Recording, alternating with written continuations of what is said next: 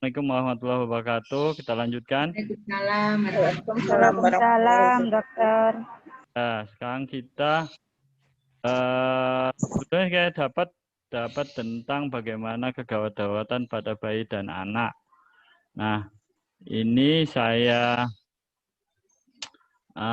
sampaikan yang pertama dulu, apa itu tumbuh kembang pada bayi prematur. Karena bayi-bayi prematur itu kadang dalam penata laksananya sering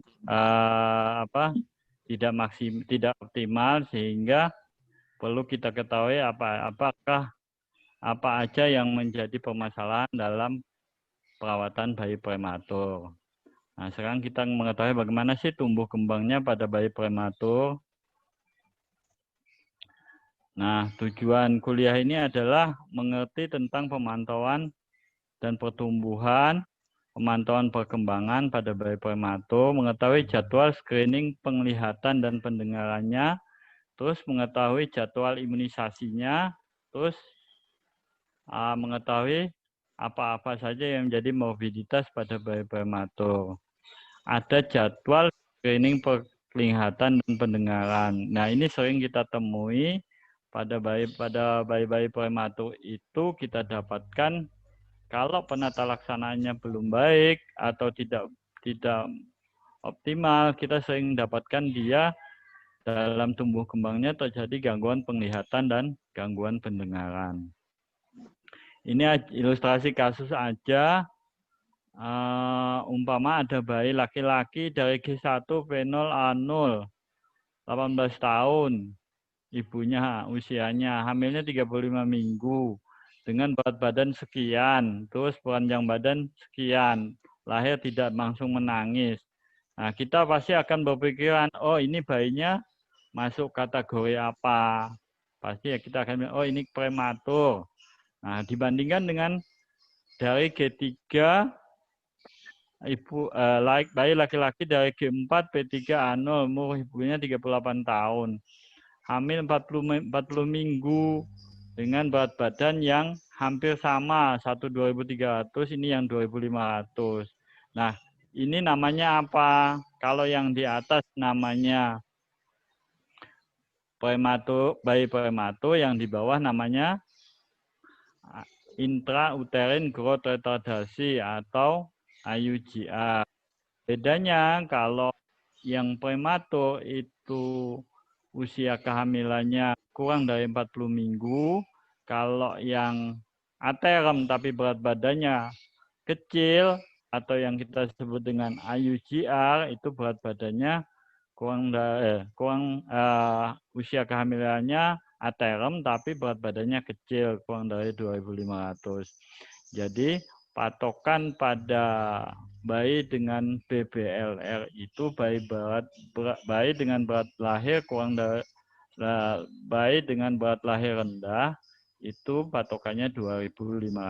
Di sini juga nanti jadi patokan kapan kita memberikan imunisasi hepatitis B. Saya lanjutkan. Nah, mana yang prematur? Ya, berarti yang prematur adalah yang pertama.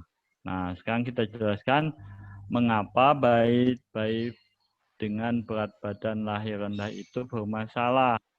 Kalau bayi normal, kelompok bayi baru lahir yang terbukti paling sedikit mempunyai morbiditas dan mortalitas dan kemudiannya tumbuh kembang dengan baik. Itu kalau bayi normal dengan patokan usia gestasi antara 37 sampai 41 minggu dengan berat badan 2.500 sampai 4.000 gram. Jadi kalau dikatakan bayi normal, berarti kita harus lihat dua hal, yaitu berat badan dan usia gestasi. Semua mungkin sudah pada tahu. Nah, kalau bayi prematur paling sering pasti paling sering itu bayi dengan berat badannya sangat rendah. Berat badannya lahirnya rendah. Itu berkisar 14-21%. Nah, apa saja sih resikonya? Pasti terjadi gangguan pertumbuhan, gangguan perkembangan, gangguan pendengaran, bahkan terjadi gangguan penglihatan. sehingga perlu dilakukan pemantauan terus-menerus. Nah, terminologinya, kalau bayi dengan berat badan lahir rendah itu yang BBL normal, BBL dianggap normal. Berat badan bayinya 2500 kita sebut dengan low birth weight atau berat badan lahir rendah. Tapi ada yang lebih rendah lagi di bawah 1500. Ada yang lebih ekstrim lagi di bawah 1000 gram. Tuh, nanti dalam tata laksananya pasti akan berbeda-beda. Tergantung dengan kesiapan rumah sakit. Nah, definisi yang lain adalah prematur atau prematur infant bayi lahir sebelum atau sama dengan 37 minggu usia kehamilan. Jadi kalau di bawah 37 minggu termasuk prematur. Atau dengan moderat prematur infant di bawah antara 32 sampai 36. Atau peri prematur infant di bawah 32 minggu usia kehamilannya. Nah, penyebabnya yang terbanyak tidak diketahui dengan jelas, tapi 70% berkaitan dengan KPD, ketuban pejah dini. Kondisi ibu juga dapat menyebabkan terjadinya bayi yang kecil, yaitu kelainan bentuk uterus, kelainan plasenta, letak rendah, penyakit kronik, anemi, dan diabetes mellitus, penyakit degeneratif ya. Pada anemi berarti otomatis nutrisi dan oksigenasinya yang ke bayi juga sedikit. Setiap bayi membutuhkan oksigen yang ditransport lewat plasenta melalui HB yang mengikat oksigen. Jadi kalau pada ini pasti akan terjadi kurangnya nutrisi dan oksigenasi pada bayi yang dikandungan. Nah, kalau pada ibu DM gimana? Pada ibu DM itu kok bisa juga bayinya kecil? Iya, bisa bayinya kecil. Selama ini kita akan tahu kalau bayi ibu dengan diabetes mellitus bayinya selalu besar. Ya tidak selalu besar, kadang juga kecil karena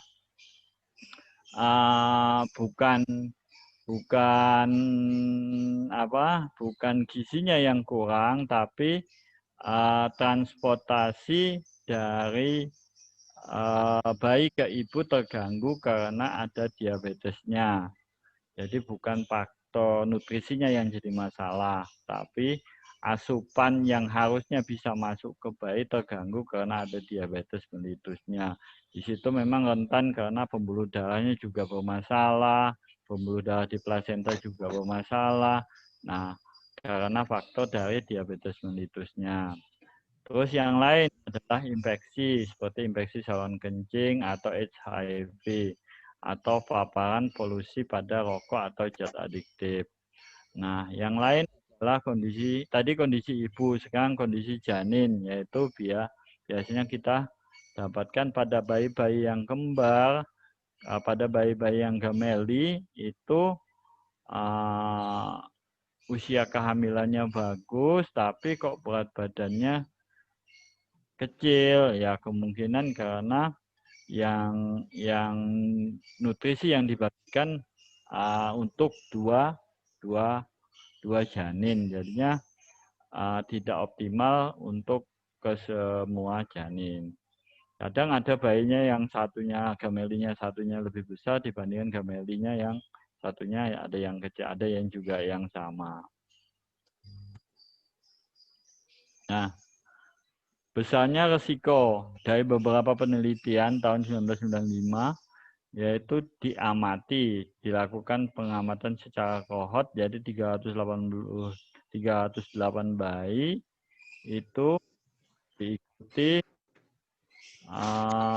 sampai usia 6 tahun, masa gestasinya 20 sampai 25 minggu dan hidup. Berarti kan ini termasuk ekstrim ekstrim ekstrim prematur, very prematur, kecil lagi.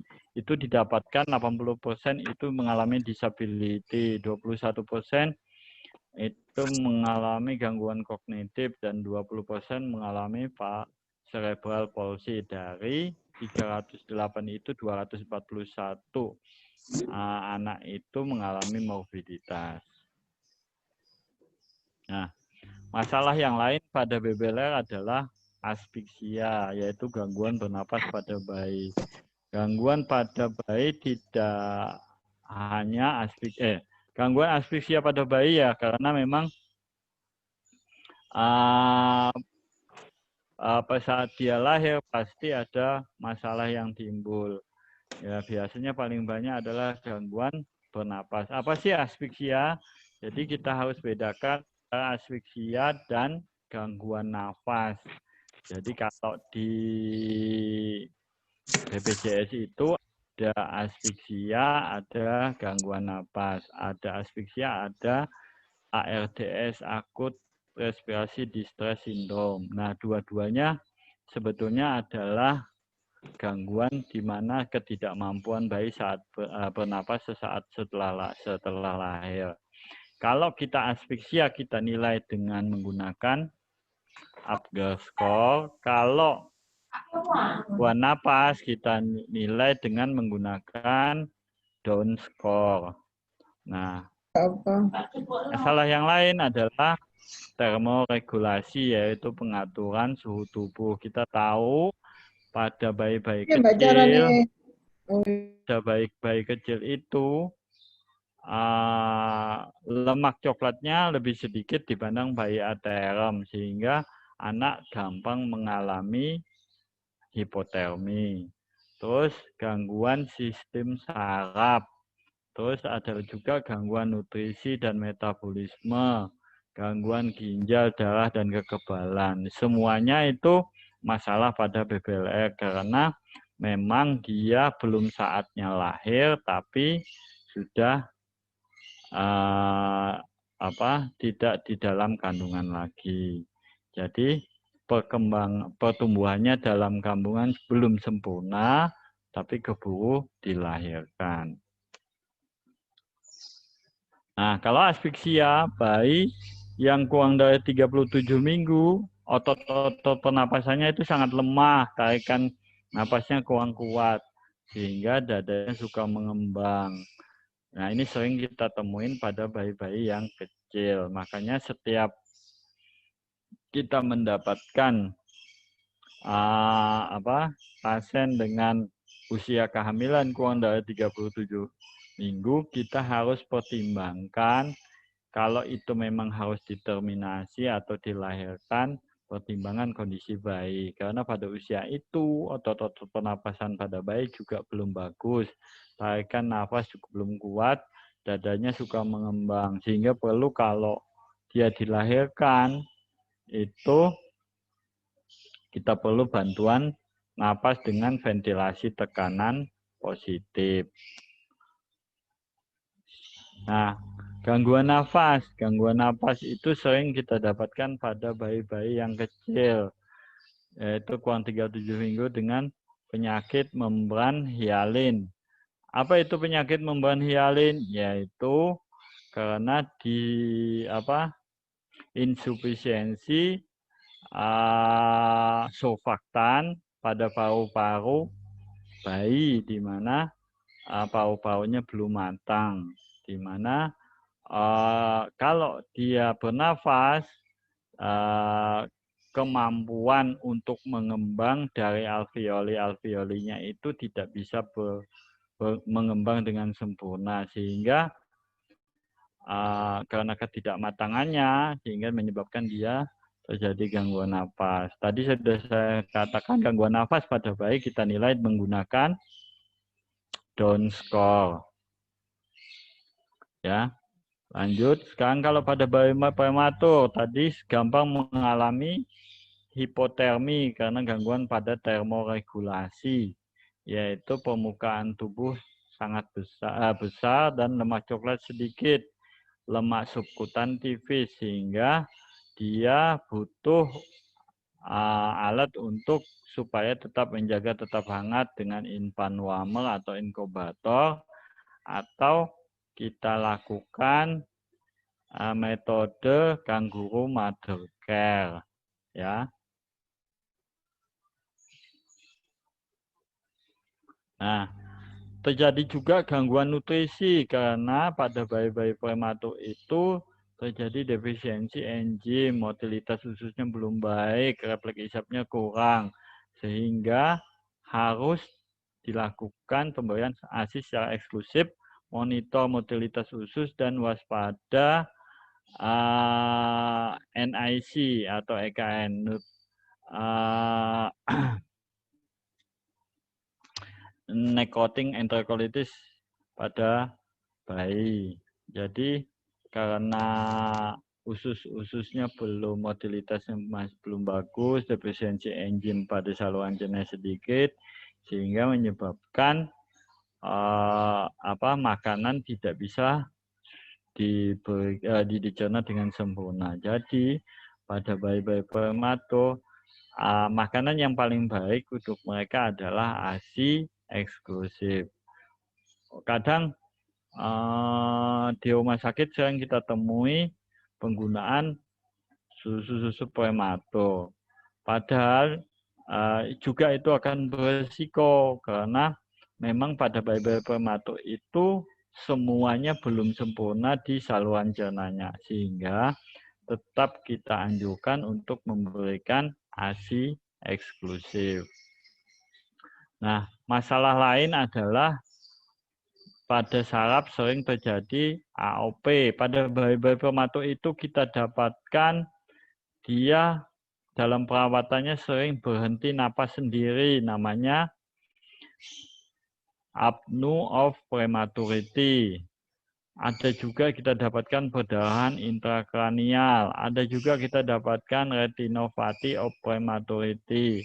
Nah, makanya pada penelitian tadi yang disampaikan di atas, itu sering didapatkan dia gangguan penglihatan karena adanya retinopathy of prematurity, di mana retina yang harusnya berkembang sempurna pada masa aterem, ketika dia dalam kondisi lahir dengan preterem, retinanya tidak berkembang sempurna, sehingga sering terjadi gangguan penglihatan pada bayi-bayi prematur.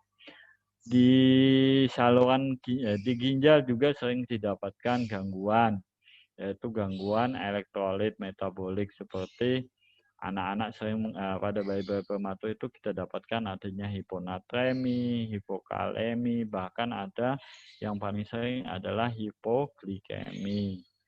Nah, juga pada bayi-bayi prematur itu sering kita dapatkan kelainan jantung seperti patent ductus arteriosus atau kelainan yang lain di mana terjadi kebocoran pada sekat-sekat jantungnya.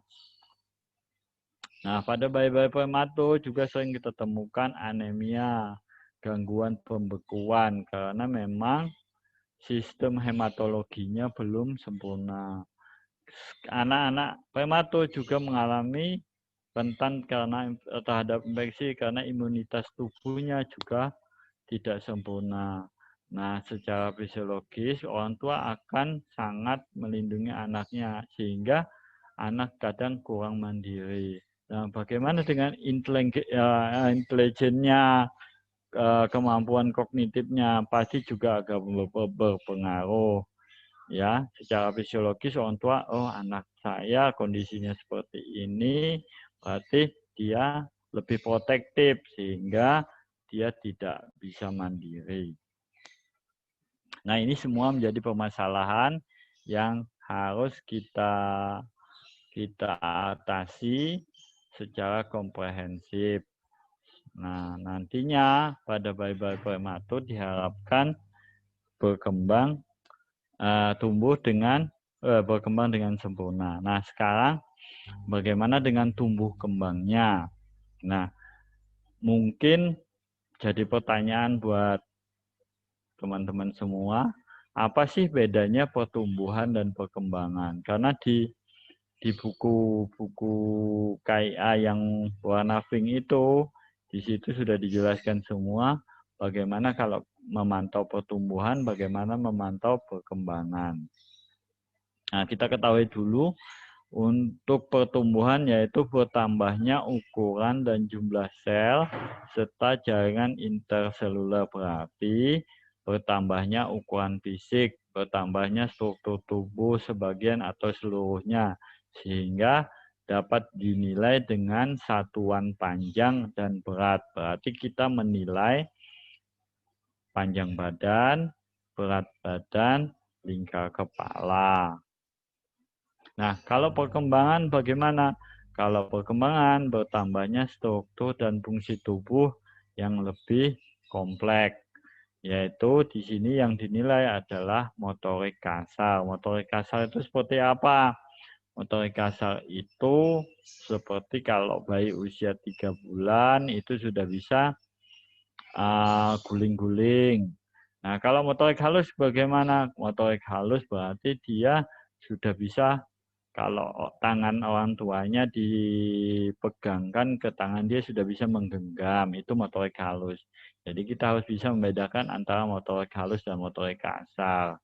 Nah, kalau gampangnya seperti ini, kalau motorik halus itu anak bisa duduk, anak bisa tengkurap. Nah, itu kalau motorik kasar. Kalau motorik halus, dia sudah bisa megang sesuatu yang kecil, megang tangan orang tuanya, megang mainannya, terus sudah mulai pelan-pelan memasukkan tangannya ke mulutnya. Nah, itu kemampuan motorik halus. Nah, kalau kemampuan berbahasa, kalau pada bayi-bayi biasanya itu dia sudah mulai bisa mengucapkan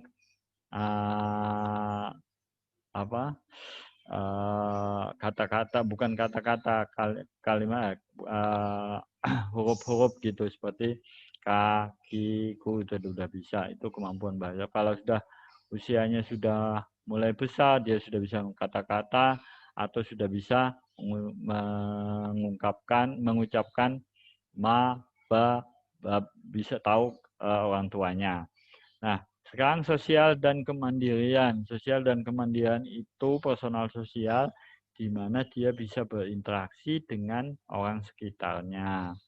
Jadi tahapan-tahapan personal sosial itu ada tahapan baik motorik halus, motorik kasar, kemampuan bahasa sosial itu nanti berkembang sesuai dengan usianya. Nah, di buku KIA itu sudah disampaikan dengan jelas apa aja yang dipantau pada motorik kasar, motorik halus, kemampuan berbahasa, dan personal sosial. Nah, perkembangan ini terjadi secara simultan dengan pertumbuhan. Nah, tadi sudah saya bilang bahwa motorik kasar, motorik halus, kemampuan berbahasa, personal sosial itu berkembang sesuai dengan tahapan-tahapannya, dengan sejalan dengan usianya bertambah. Nah, ini mungkin istilah-istilah yang kalian teman-teman semua tahu, apa itu masa gestasi, apa itu ilmu kronologis, apa itu umur koreksi. Ya. Nah, umpama aja ilustrasi kasus. Tanggal 23 Juli lahir bayi 35 minggu, usia berat badan 2300, panjang badan 45, tidak langsung menangis. Bulan Agustus berat badannya naik, bagus ini. Juli ke Agustus 3000. Bulan September 3500, naik 500. Bagaimana pertumbuhannya? Nah, kalau ini kita pakai Kopa KMS itu yang kita dapatkan pasti dikeluhkan, oh bayinya BGM, bayinya di bawah garis merah. Nah, kok bisa seperti itu, Dok? Padahal pertumbuhannya bagus, dari 2300 jadi 3000 jadi 3500. Iya, karena yang dipakai bukan Kopa untuk bayi-bayi preterm, tapi yang dipakai adalah untuk bayi-bayi preterm. Harusnya seperti itu. Nah, pakainya kurva apa? Nah, tadi kalau kita disimpulkan dia BGM, gizi buruk, pertumbuhannya terganggu. Ya, harusnya dia pakai kurva preterm. Tapi sebelum kita menggunakan kurva preterm, kita harus tahu apa itu umur koreksi. Kita koreksi dulu prematuritasnya. Yaitu umur koreksi sama dengan umur kronologis dikurangi umur prematuritas. Saya balikin dulu ya. Nah, tadi 35 minggu. Berarti batas ATM-nya yang kita pakai 40 minggu. Berarti konvensinya sampai konvensi ini sampai usia 2 tahun. Jadi berat badan itu sampai 2 tahun, panjang badan 3,5 tahun, lingkar kepala itu sampai 1,5 tahun. Nah, sekarang kita lihat. Tadi ini contoh aja, tadi 32, sekarang saya pakai yang 32 minggu. Datang ke klinik usia 5 bulan, berarti sekarang usianya 5 bulan, dikurangi 40 dengan 40 itu patokan ATRM-nya, kita kurangi 32 minggu, jadi 8 minggu. Harusnya, kalau 8 minggu kan jadinya ini 2 bulan. Jadi usia bayinya sebenarnya 3 bulan. Nah, kalau yang tadi 35 minggu, 35 minggu, datang di usia 3 bulan. Berarti 3 bulan dikurangi 40 dikurangi 35 minggu. 40 dikurangi 35 kan sisa 5 minggu. 5 minggu itu 1 bulan lebih 1 minggu. Sedangkan usianya 3 bulan. Berarti usia yang tadi, yang contoh di awal itu baru usianya 2 bulan. Ya. Nanti kalau kurang jelas bisa ditanyakan. Nah, pertumbuhan pada bayi prematur, awalnya berat badan turun secara fisiologis atau karena penyakit. Jadi berat badan yang turun pada bayi itu maksimal 10% dari berat badan lahirnya. Tumbuh kecil lingkar kepalanya, berat badan dan panjang badannya terjadi pada 2-3 tahun pertama. Jadwal pemantauannya tergantung kondisi medis, tiap 2 minggu, kalau ATM tiap bulan, indikatornya berat badan, panjang badan, dan lingkar kepala. Dan kurva pertumbuhannya pakai kurva pertumbuhan prematur, bukan kurva pertumbuhan ATM. Nah, yang dipakai adalah bisa Penton, bisa Intergrowth. Ya. Nah, yang tadi, bayi yang tadi, kalau saya lihat, itu sebenarnya di usia 35 minggu, dia berat badannya sudah bagus. 2 kilo 3 on, 2.300 pada bayi yang saya contohkan yang pertama tadi. Jadi bukan dia BGM, bukan dia pertumbuhannya terganggu, tapi karena memang kurva yang dipakai bukan untuk bayi preterm. Jadi kalau kita menggunakan kurvanya pakai kurva, tadi ada pilihannya ada 2. Ya. Ada Penton, ada Intergrowth. Ya, biasanya saya pakai adalah Penton. Ya. Nanti kalau belum jelas ditanyakan. Nah, bagaimana pemantauan perkembangannya di buku KIA itu kalian dapatkan adanya kuesioner pra-screening perkembangan. KPSP namanya. Kalau Parental Development Questionnaire, Demper 2, Bailey Scale, dan IQ Stanford Binet ini biasanya di klinik tumbuh kembang yang kita pakai. Biasanya dipakai. Tapi kalau di puskesmas dan teman-teman bidan di BKIA, di KIA biasanya menggunakan KPSP dulu sebagai screening awal gangguan perkembangan pada bayi. Nah, kapan timbulnya keterlambatan? Pada bayi-bayi prematur itu biasanya pada 0 sampai 6 bulan terjadi gangguan makan, gangguan pola tidur, gangguan atau gagal tumbuh.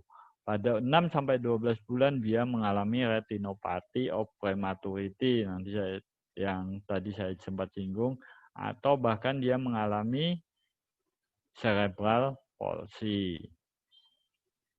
Nah, kapan timbulnya keterlambatan?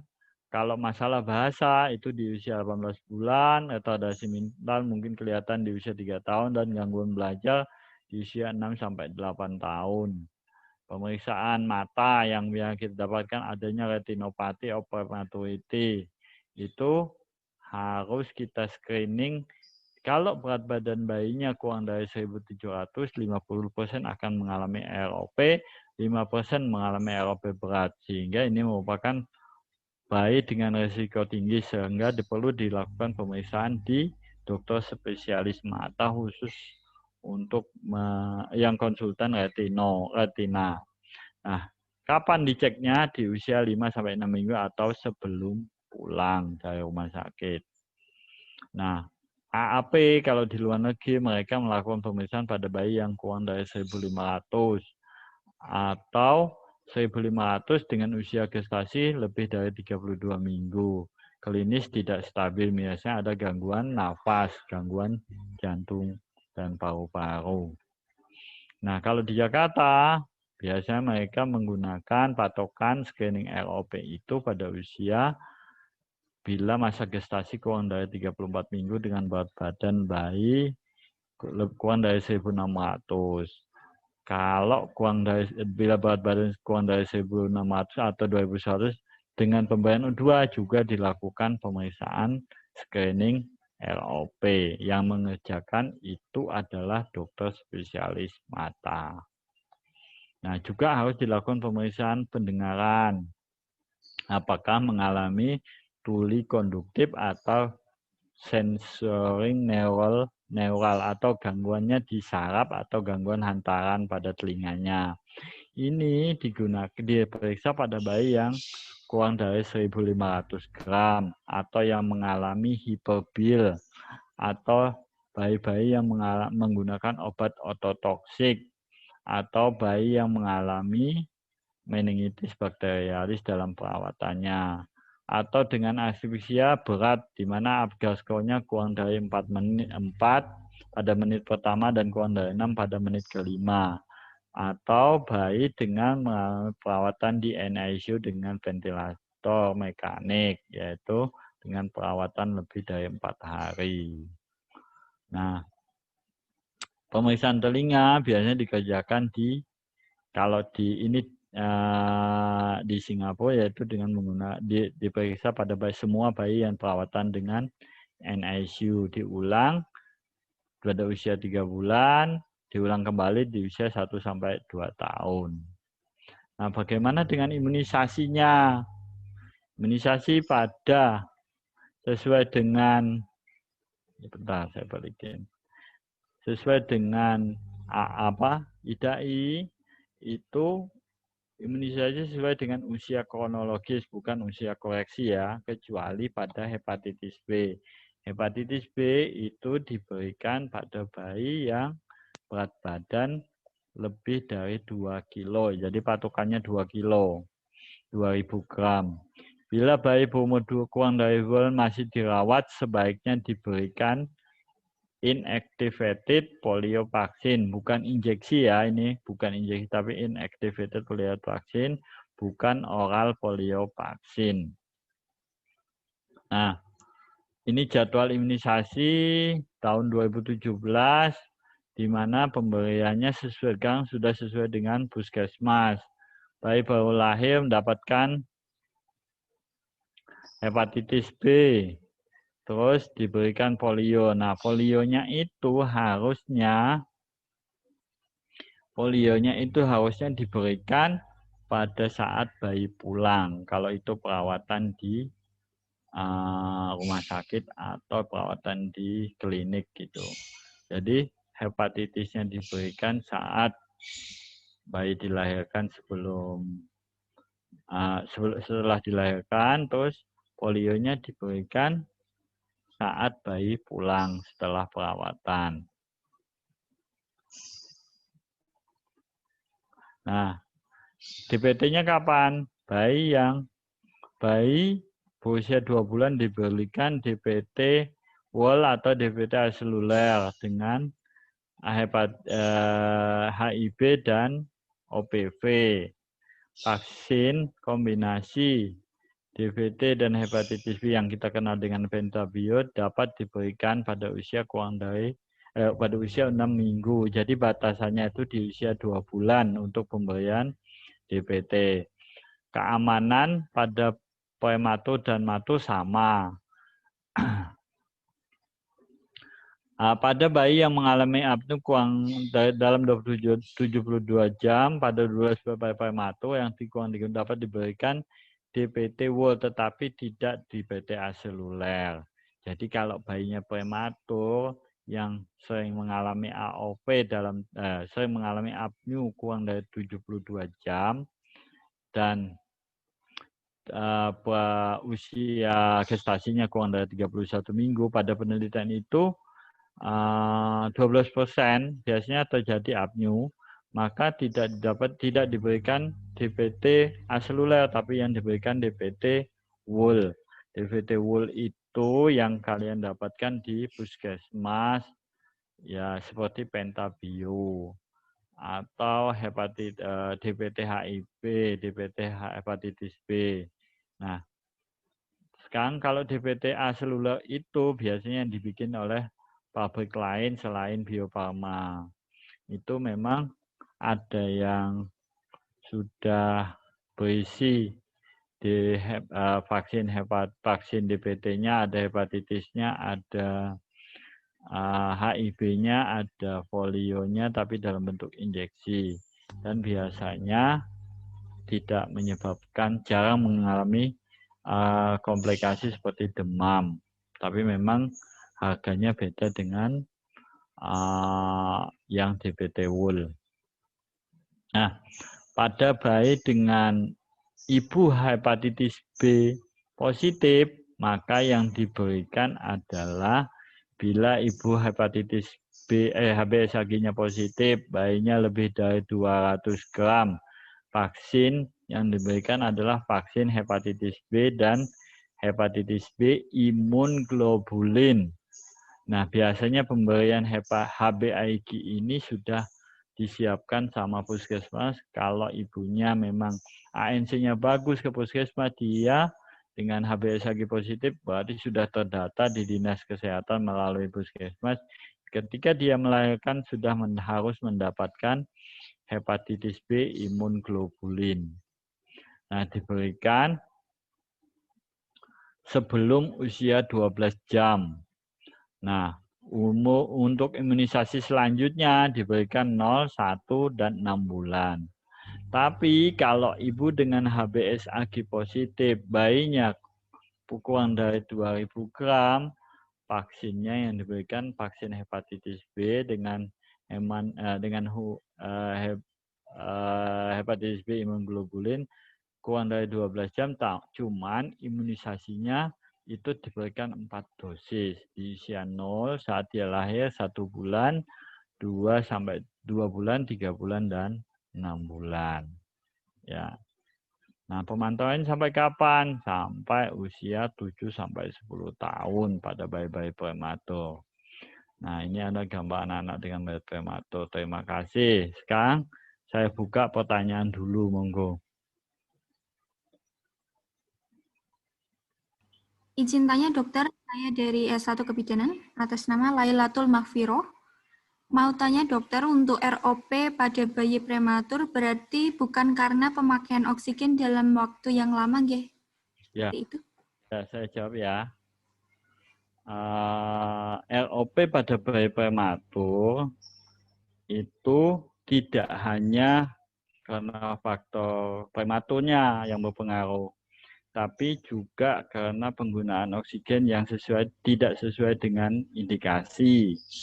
Nah, memang awalnya pada bayi-bayi dengan ROP itu karena retinanya belum saatnya dia difungsikan karena harusnya masih dalam tahap perkembangan di intrauterin, tapi keburu dia dilahirkan sehingga fungsi retinanya tidak sempurna dengan baik, sehingga akibat prematuritasnya dia mengalami retinopati. Jadi perkembangan retinanya tidak berhenti berkembang karena dia sudah keburu keluar. Nah, juga perlu diperhatikan. Jadi disinggung bagaimana dengan penggunaan oksigen. Jadi oksigen itu bersifat stres oksidatif. Dia sebagai kalau saya ibaratkan dia seperti pisau bermata dua. Selain juga bermanfaat, dia juga bisa menyebabkan gangguan baik pada telinga maupun pada sistem pendengaran maupun pada sistem penglihatan. Jadi yang ditanyakan, Dok, kalau berarti bukan karena prematur? Enggak, tidak hanya prematurnya aja, juga pengaruh oksigen pun kalau tidak sesuai indikasi, dia menyebabkan kerusakan pada retinanya. Gitu. Ada lagi yang ditanyakan? Masih lanjutan dari Ibu Lailatul Mahfiroh. Ya. Untuk penilaian BPI, dokter, berarti menggunakan dua penilaian G, Gimana? Apgar and Down score. Oh ya, Apgar and score. Ini Pak, dok ada di bawah. Ya, Apgar ya. and Down score. Selama penilaian, ini DRS yang digunakan hanya salah satu aja, tergantung dari SPA-nya. Siapa SPA-nya. Oh ya, maksudnya gini. Kalau dia asfiksia, gini, asfiksia itu apa sih? Asfiksia itu gangguan bernapas sesaat setelah bayi lahir. Ya, jadi kita harus bedakan antara asfiksia dan gangguan nafas. Kalau asfiksia, dia baru lahir terus terjadi gangguan nafas, dia yang tidak bisa bernapas, itu kita menilainya dengan Apgar score, ya. Tapi kalau gangguan nafas itu awalnya bayinya normal, bayinya nangis, cengeng, Apgar score-nya bagus, tapi dalam perkembangannya dia mengalami gangguan nafas, dia ada terjadi distres nafas. Nah, sehingga penilaiannya dengan menggunakan Down score. Itu yang seharusnya dipakai. Nah, tapi di rumah sakit sering digunakan kombinasi keduanya.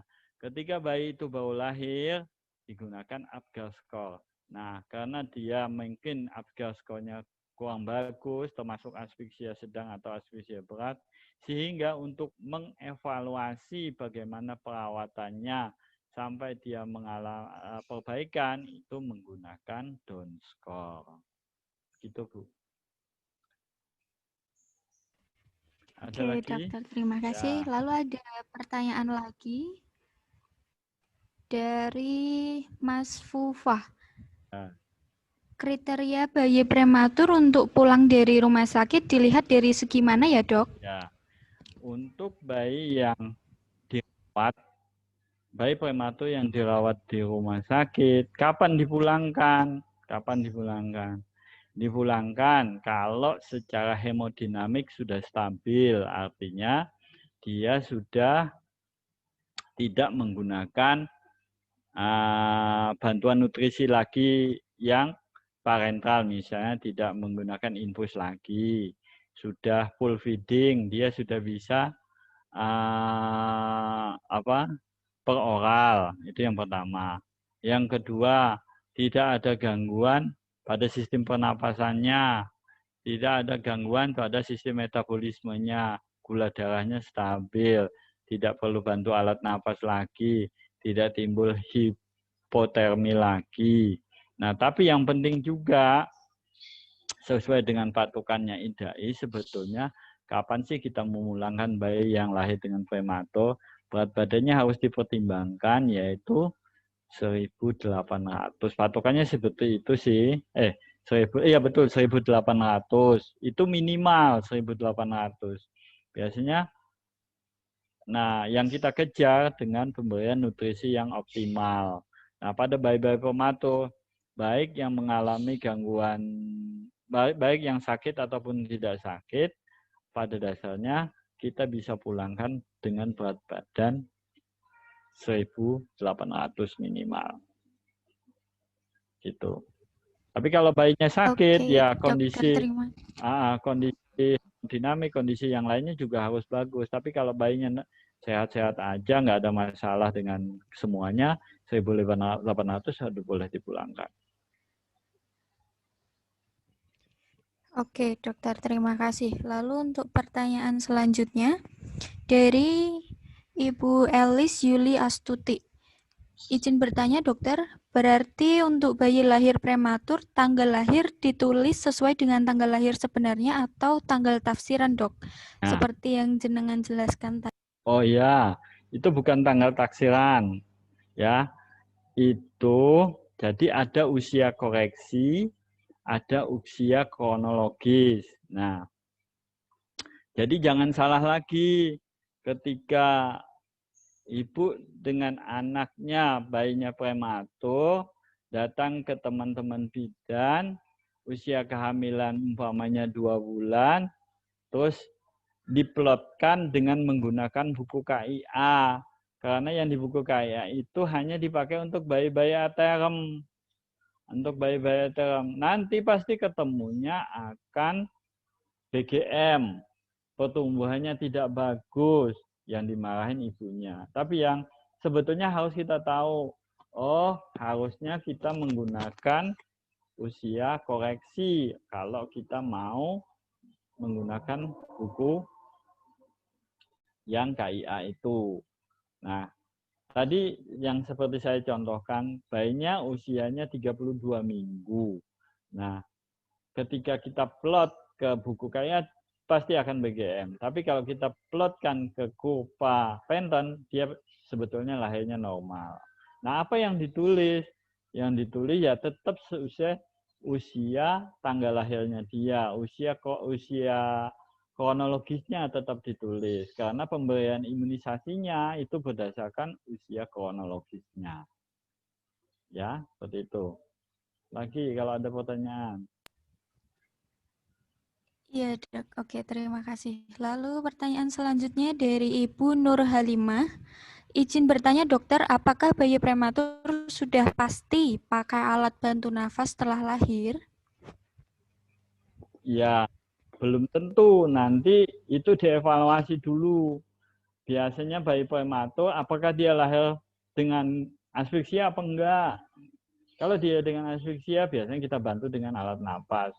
Tapi kalau nanti setelah umpamanya bayinya lahirnya normal, bayinya lahirnya tanpa asfiksia, Apgar skornya bagus, 89 apa sampai 10. Tapi dalam perjalanannya, paling 1-2 jam setelah itu, loh, kok tiba-tiba dia terjadi distress respirasi. Nah, itu baru kita butuh alat bantu napas. Alat bantu napasnya ya tergantung klinis yang kita dapatkan.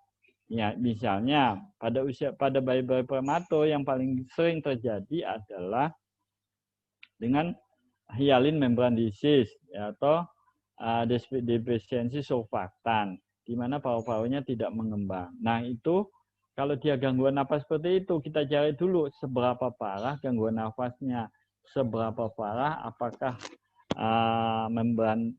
hyalin membran disease-nya yang berat apa yang ringan.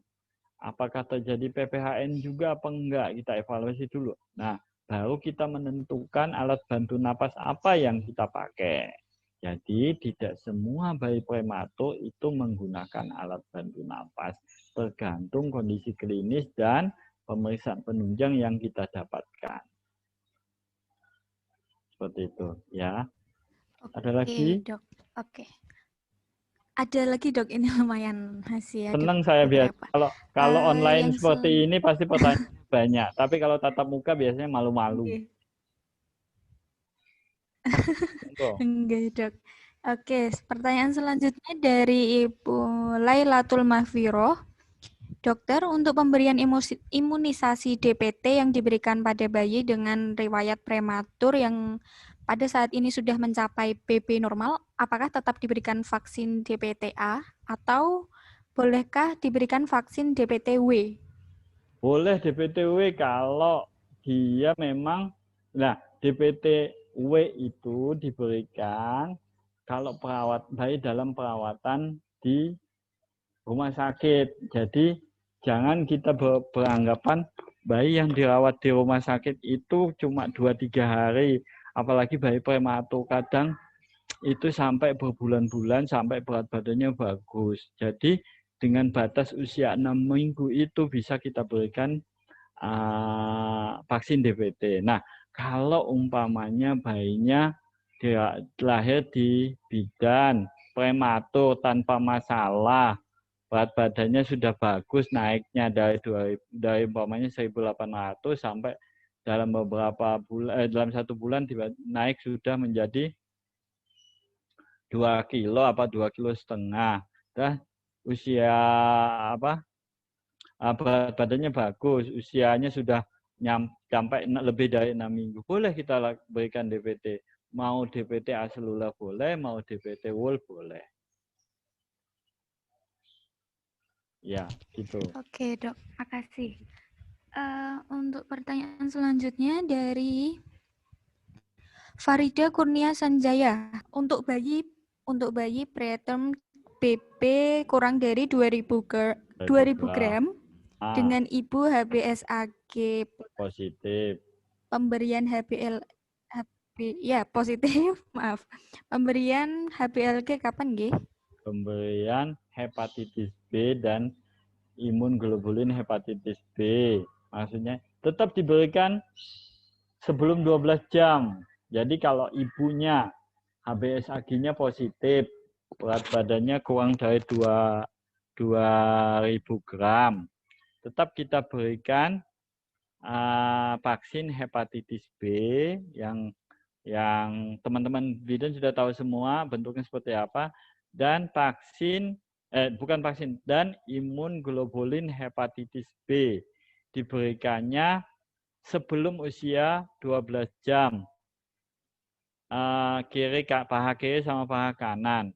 Nah, setelah itu yang membedakan antara yang 2.000 gram sama yang kurang dari 2.000 gram adalah pemberian vaksin selanjutnya. Kalau yang lebih dari 2.000 gram, itu pemberian 3 kali, barengan dengan DPT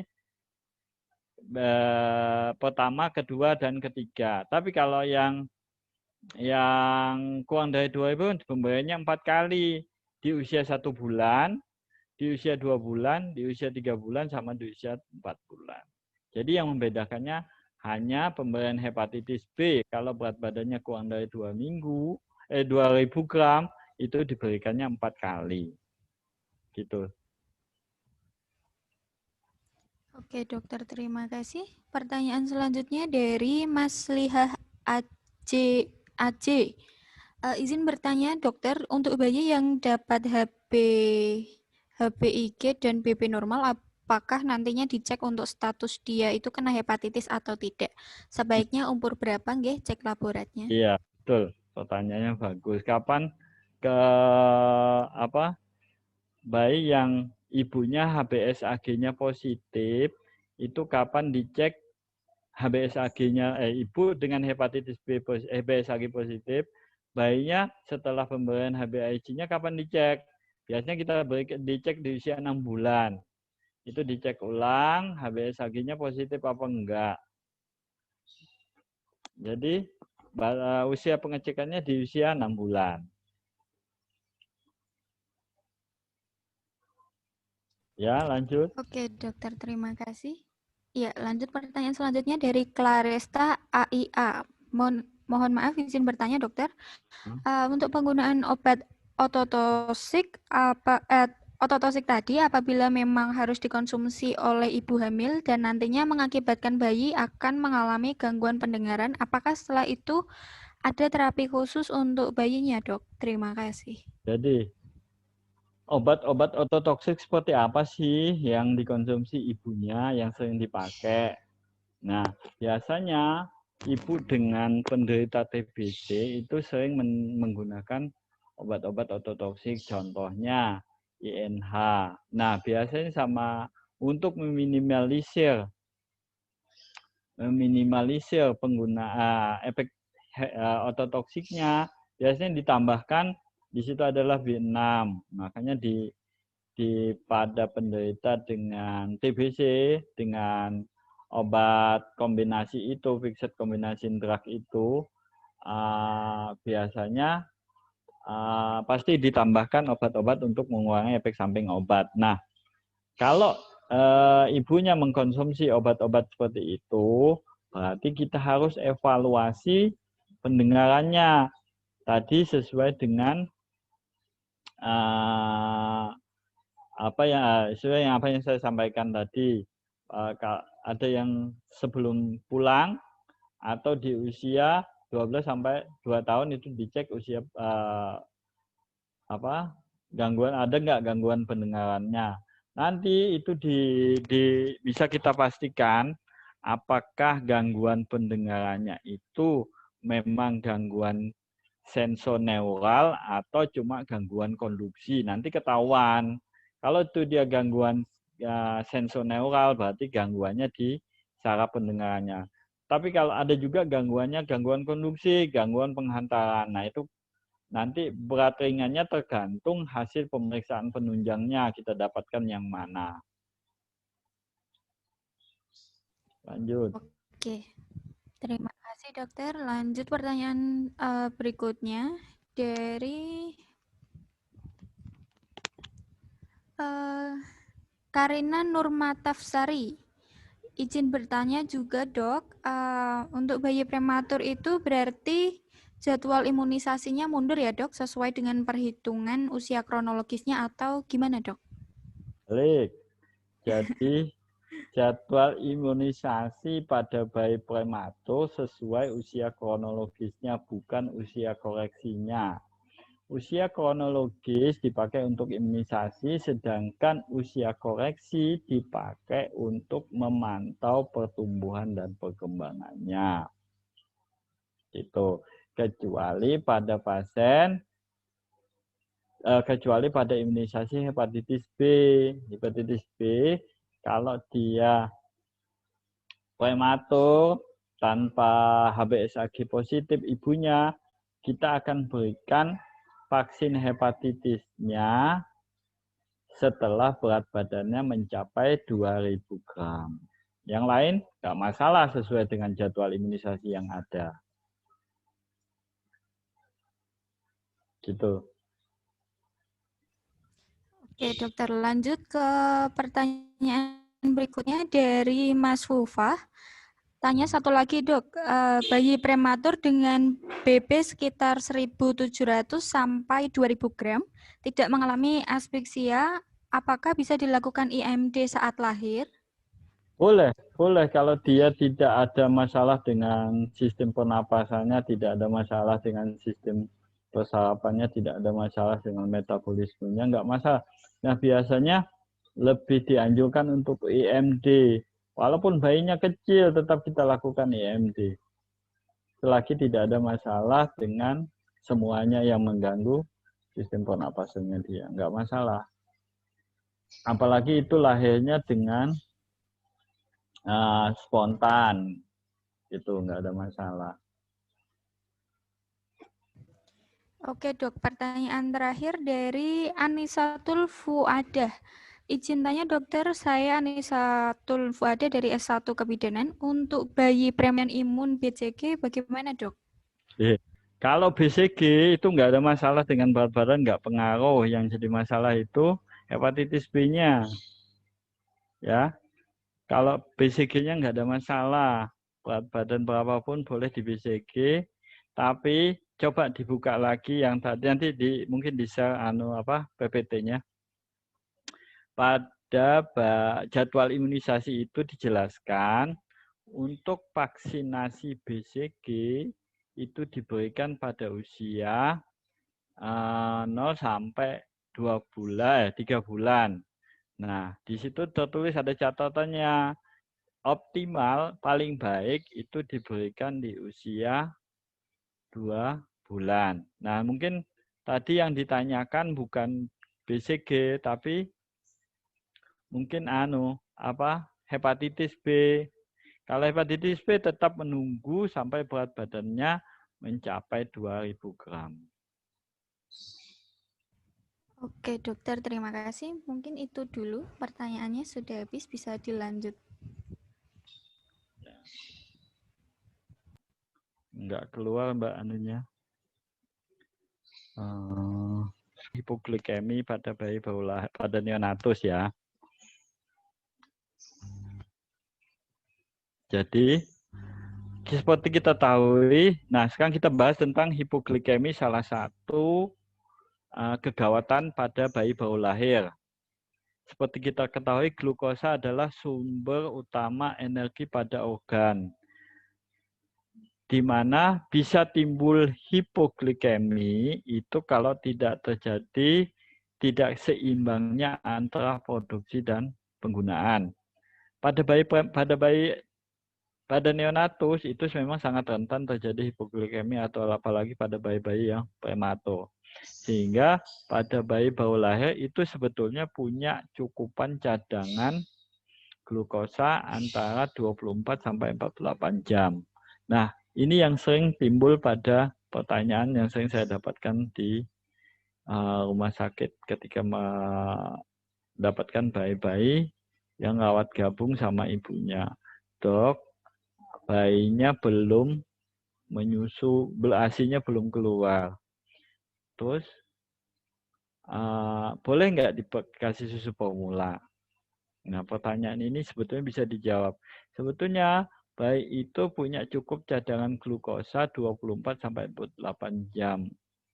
Jadi sebetulnya kita tidak menganjurkan untuk pemberian susu formula. Jadi tidak. Kenapa seperti itu? Beberapa penelitian terakhir mengatakan bahwa angka kejadian alergi pada bayi itu sangat lumayan tinggi. Kenapa? Karena dengan pemberian susu formula itu akan mensensitisasi, akan memicu timbulnya alergi pada bayi yang baru lahir. Makanya kita harusnya lebih gentle untuk menyampaikan ke orang tua, ke ibu atau bayi yang ditunggui oleh orang tuanya untuk tidak memberikan susu formula di awal-awal ketika bayi itu lahir. Mungkin pasti akan disampaikan, dok, bayinya belum menyusu sampai, kalau begitu nggak dapat ASI dong, nggak dapat makanan dong dalam 24 jam. Ya sebetulnya nggak perlu, cuman memang kita bisa gantikan dengan pemberian. Kalau di rumah sakit saya biasanya pakainya D5 atau D10 saya campur, kayak saya berikan ke bayinya untuk merangsang, sebetulnya untuk merangsang pertama saluran cernanya, untuk merangsang refleks isap si bayi sih sebetulnya. Jadi saran saya sih tetap untuk mempertimbangkan pemberian susu formula itu dipertimbangkan. Jangan buru-buru diberikan susu formula ketika ASI dari si ibu belum keluar. Nah, sering juga pada bayi itu apa sih namanya hipoglikemi transien, yaitu hipoglikemi yang terjadi pada neonatus yang baru lahir yang disebabkan oleh perpindahan dari nutrisi yang awalnya mendapatkan dari ibu lewat transplasenta itu tiba-tiba diputus sehingga kadar insulin si bayi tiba-tiba yang masih tinggi, sedang yang berasal dari ibu masih tinggi di dalam sirkulasi darahnya. Padahal bayi belum mendapatkan asupan sehingga menyebabkan dia hipoglikemi transien. Nah, ketika kadar insulin yang berasal dari orang tua, dari ibunya itu sudah mulai menurun, maka hipoglikeminya akan menghilang sendiri. Tapi kita harus tetap waspada. Hipoglikemi pada neonatus itu cukup berbahaya pada perkembangan dan perawatannya selama di rumah sakit. Nah, insidennya, kejadiannya pada bayi itu sekitar 1-5 dari 1000 kelahiran hidup. Atau bayi yang lahir normal itu bila tertunda pemberian minumnya bisa terjadi hipoglikemi pada 3-6 jam pertama, sekitar 10% lah pada bayi baru lahir. Atau pada bayi dengan berisiko 30%. Bayi seperti berisiko tuh bayi ibu dengan DM, bayi dengan ibu dengan anemi, bayi-bayi prematur, bayi-bayi IUCR, itu bayi-bayi yang risiko. Di mana 8% pada bayi yang besar, preterm 15%, bayi dengan IUCR 15%, atau ibu dengan DM itu 20%.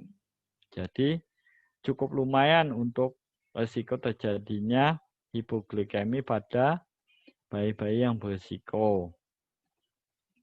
Nah, mengapa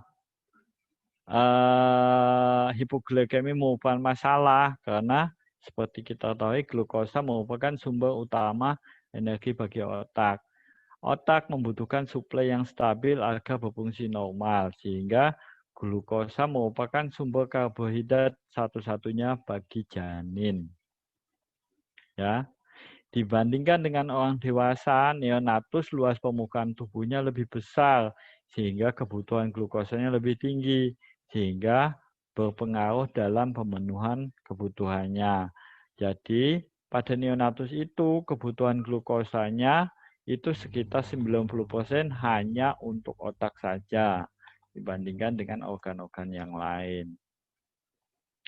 Nah, ketika bayi baru lahir, saat dilahirkan kadar glukosa janin itu 60-80% dari kadar glukosa ibu. Jadi glukosa yang didapatkan oleh janin itu masih 60% berasal dari ibu.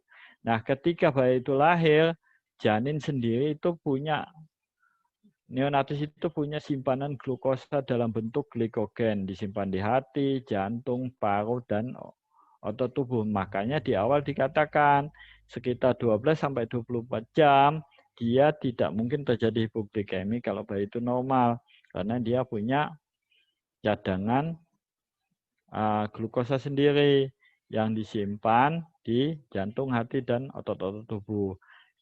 Dalam bentuk glikogen yang ada yang diproduksi di trimester terakhir di usia-usia ketika dia mau dilahirkan, dia sudah menyimpan glikogen ini di hati, di jantung, dan di paru, di otot-otot tubuh sebagai depo untuk mencegah terjadinya hipoglikemi. Nah, janin memiliki kemampuan terbatas untuk mengkonversi glikogen dan glukosa, sehingga bergantung dari transfer glukosa via plasenta untuk memenuhi kebutuhan energinya. Nah, saat bayi lahir dan tali pusat dipotong, kebutuhan glukosanya dipenuhi dari tubuhnya sendiri. Tapi dengan sangat terbatas, makanya saya bilang 12-24 jam. Nah, kebutuhan energi terbesar pada janin baru lahir. Kebutuhan glukosa awalnya dari plasenta dan mengandalkan pasokan dari luar setelah dia lahir. Nah, bayi-bayi yang berisiko tinggi itu yang mana? Pada usia gestasi yang kurang dari 37 minggu, ibu dengan diabetes mellitus, bayi yang lahir small gestation age, beratnya usia kehamilannya rendah, kecil berat badannya, atau large besar, bayi yang mengalami stres, loh, ada bayi stres loh, dok, ada bayi saat di perawatan dengan menggunakan alat bantu napas itu dia bisa dinilai dia tingkat stresnya bisa. Baik dengan sumbatan saluran cerna, misalnya NIC atau terjadi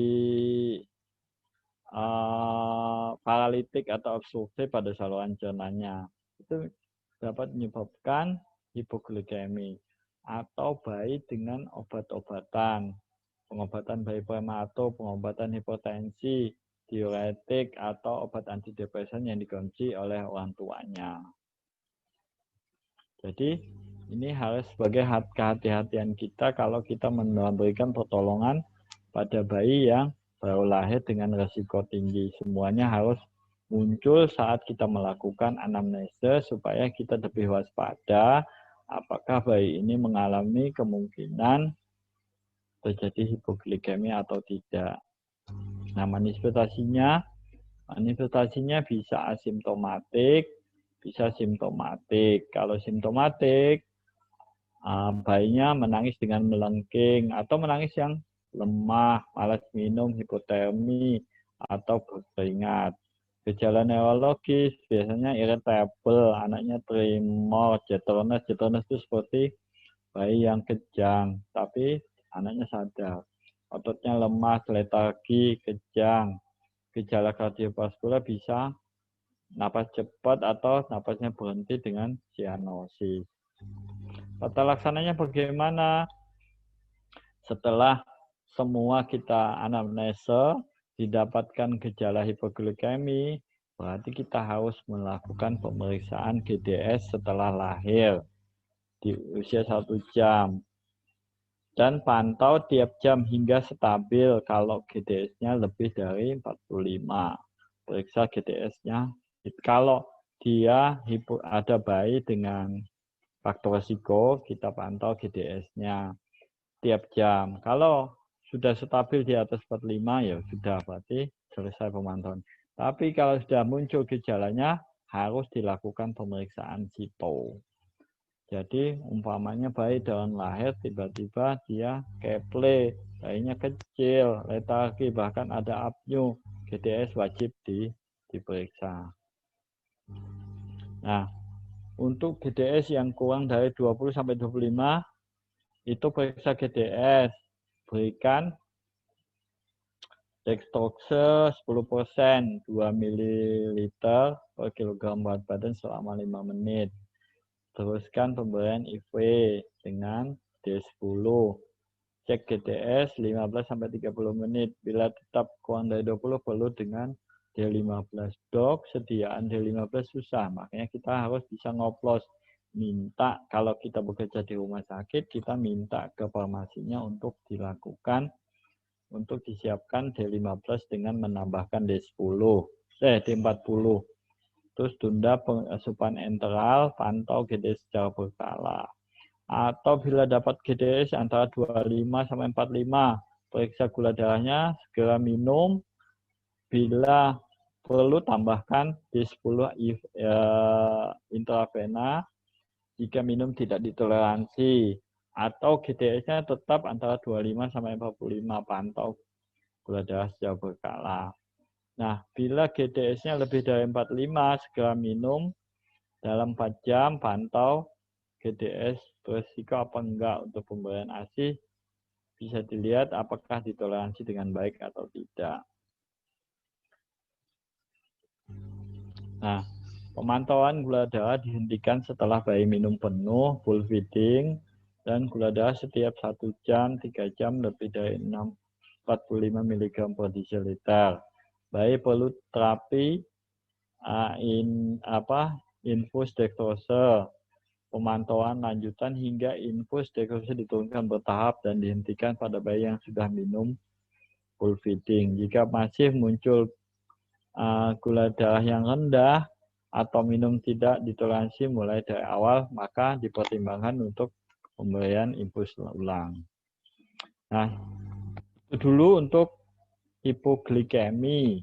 Jadi hipoglikemi, sekarang kita hipofil. Ini yang sering muncul ketika bayi dilahirkan. Batasannya adalah kita harus tahu apa ikteros atau hipobilirubin itu, yaitu pewarnaan kuning di kulit atau di kelopak mata, atau di konjungtiva dan mukosa yang terjadi karena meningkatnya kadar bilirubin dalam darah. Ikteros akan nyata bila didapatkan kadar bilirubin dalam darah lebih dari 5 mg/sen. Nah, latar belakang. Hipobilirubin pada neonatus adalah peningkatan kadar bilirubin serum pada neonatus dengan kondisi patologis bila kadar bilirubin 1 tidak terkonjugasi berupa ikteros yang nyata pada minggu pertama kehidupan. Bilirubinemia berat dapat menyebabkan kerusakan otot permanen yang serius. Nah, sebelum ini kita harus tahu dulu apa itu bilirubin 1, apa itu bilirubin 2. yaitu kalau bilirubin 1, bilirubin indirect, tidak larut dalam air, berikatan dengan albumin untuk transportnya, komponen bebas lemak, bebas larut dalam lemak, komponen bebas bersifat toksik dan untuk otak. Jadi kalau kita temukan kejang karena bilirubinnya meningkat, itu memang karena bilirubin tipe 1-nya yang tinggi. Sedangkan bilirubin tipe 2 adalah bilirubin direct, larut dalam air, tidak larut dalam lemak, dan tidak toksik di otak. Nah, bagaimana dengan metabolismenya? Ya, darah itu ketika tali pusat dipotong, jadi dia masih mendapatkan darah dari ibunya. Nah, yang usianya beda dengan usia darah ketika dia menghasilkan sendiri sel darahnya. Nah, yang Hb dari orang tuanya itu akan dipecah menjadi hem dan globulin. Nah, dengan adanya hem globulin ini, maka hem akan dipecah menjadi hem dengan perantaraan hem oksigenasi akan dipecah menjadi biliverdin. Nah, biliverdin ini akan diubah lagi menjadi bilirubin. Nah, ini yang dikatakan bilirubin tipe 1. Ya. Jadi pecahan dari biliverdin menjadi bilirubin. Nah, bilirubin ini jadi dibilang yang dikatakan bilirubin tipe 1. Ya. Terus berikatan dengan albumin, dia akan dikonjugasikan di hati. Nah, dengan perantaraan enzim namanya UCB. Nah, dari di hati ini akan diubah dari bilirubin 1 menjadi bilirubin yang terkonjugasi. Nah, bilirubin yang ini yang sebelum dibawa albumin ke hati namanya bilirubin bebas yang tidak terkonjugasi. Jadi bilirubin yang berasal dari biliverdin itu namanya bilirubin bebas atau bilirubin terkonjugasi, tidak terkonjugasi atau bilirubin 1. Tapi setelah di hati akan diubah menjadi bilirubin yang terkonjugasi atau bilirubin 2. Nanti tadi sudah dijelaskan bedanya bilirubin 1 sama bilirubin 2. Ya. Nah, mengapa bayi mengalami icteris pada minggu pertama kehidupan? Karena meningkatnya produksi bilirubin. Turnover sel darah merah yang tinggi, artinya produksi pemecahan sel darah merah yang tinggi. Dan menurunnya umur sel darah merah yang berasal dari orang tua si bayi.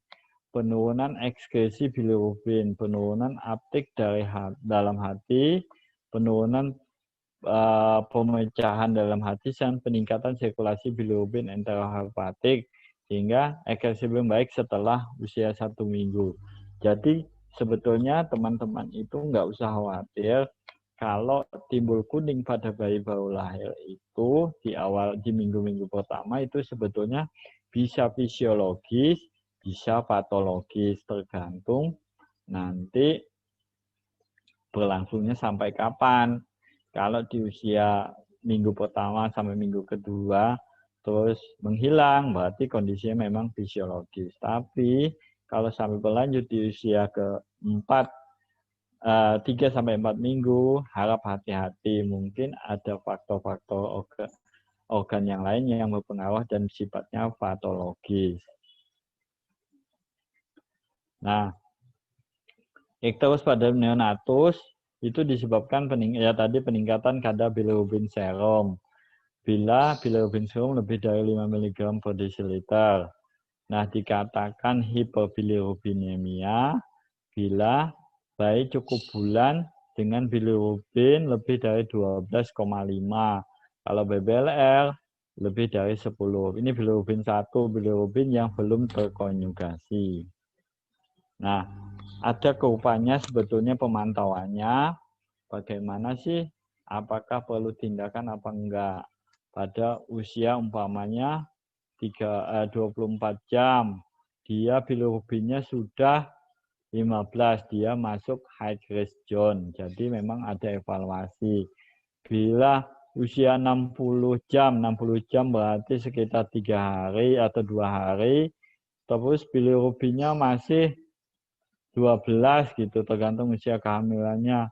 Dia bisa high intermediate risk zone. Jadi tergantung nanti kadar bilirubinnya sesuai dengan usianya berapa. Apakah perlu tindakan atau tidak. Ya. Nah, terus pada neonatus, mengapa kita khawatir kalau meningkatnya kadar bilirubin itu menyebabkan bilirubin encephalopati. Jadi tiba-tiba bayinya kesadarannya menurun.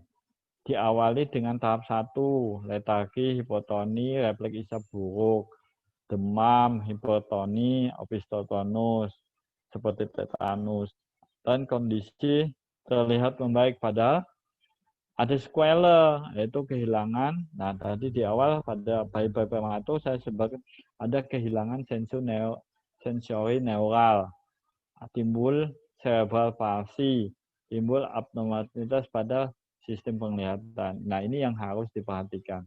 Tahap 1 timbul gejala harus kita waspada.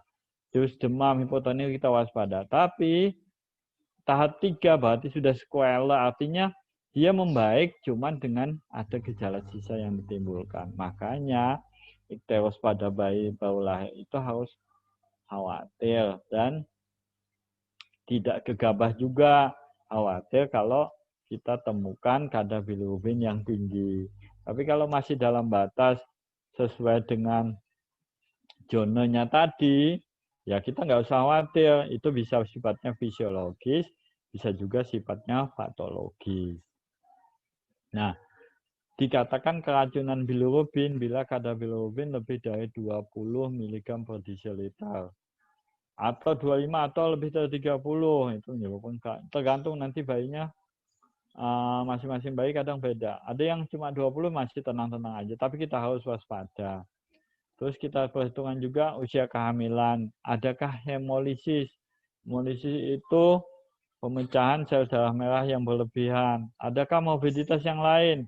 Asfiksia, hipoglikemi, atau asidosis, atau obat yang menggantikan bilirubin dan ikatan dengan albumin yang lain.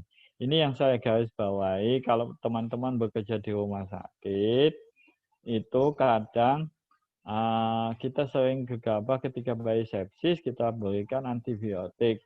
Kita perhatikan ikatan albuminnya dengan berpengaruh nggak? Ternyata berpengaruh kalau kita memberikan obat-obat tertentu yang menyebabkan ikatan bilirubin yang harusnya dengan albumin ini tergantikan dengan ikatan albumin berikatan dengan obat-obatan tersebut, sehingga bilirubinnya tidak bisa dikonjugasikan, sehingga tidak bisa diubah menjadi bilirubin 2. Ya. Nah, bayi sering mengalami ikteros pada minggu pertama kehidupan, terutama pada bayi kurang bulan. Dapat terjadi secara normal atau fisiologis dan patologis. Kemungkinan ikteros sebagai gejala awal, penyakit utama yang berat pada neonatus. Jadi kita harus waspada. Kalau ikteros ya tetap kita waspada, screening, kadar bilirubinnya berapa. Coba perhatikan di kurvanya, diplotkan masuk zona mana, apakah perlu tindakan fototerapi atau tidak, apakah perlu tindakan transfusi tukar apa enggak, nanti kelihatan di situ. Itu perlu ditangani secara seksama karena bilirubin akan masuk ke dalam sel saraf dan merusak sehingga otak terganggu dan mengakibatkan kecacatan sepanjang hidup dan kematian. Jadi memang tidak hanya mengganggu pada otak saja, pada yang sifatnya patologis itu juga dapat mengganggu di sel-sel di hepa, tapi itu jarang. Kalau pada bayi-bayi yang mengalami gangguan kelainan kongenital atau atresia biliari, tidak hanya otaknya aja yang terganggu, bahkan hepalnya pun bisa terganggu sebagai tempat pemecahan karena ada gangguan pembuangan pada saluran yang menghubungkan ke saluran empedunya terganggu, sehingga bilirubin bisa balik lagi ke HEPA sehingga mengganggu fungsi HEPA-nya sendiri. Ya.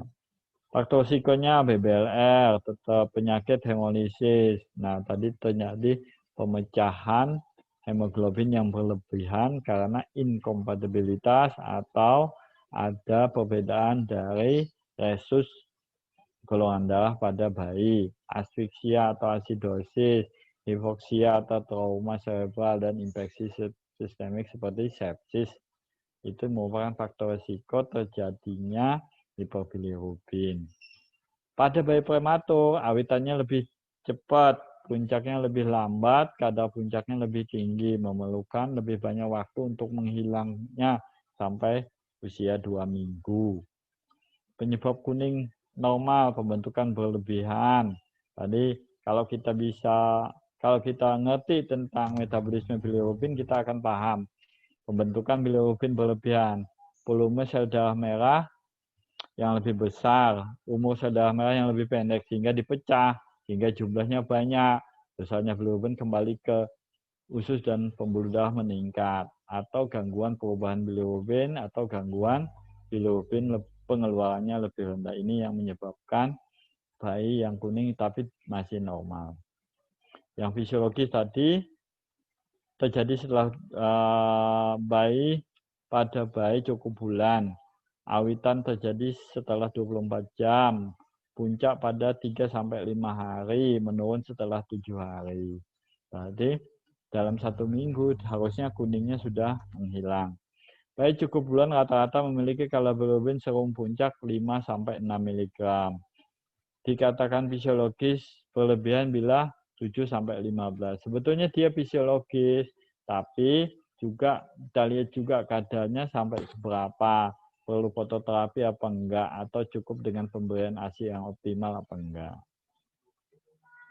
Nah, dikatakan non-fisiologis, sebelum 24 jam sudah kuning, tingkat kenaikannya lebih cepat, batasannya 15 mg pada cukup bulan, atau kurang lebih dari 10 pada yang prematur, bertahan lebih dari 8 hari, bertahan pada 14 hari yang prematur, dan timbul tanda-tanda penyakit lain. Itu dikatakan yang patologis atau non-fisiologis. Nah, kalau yang fisiologis dimulai pada hari pertama, terus puncaknya sampai di sini. Tapi yang patologis sebelum 24 jam dia sudah naik.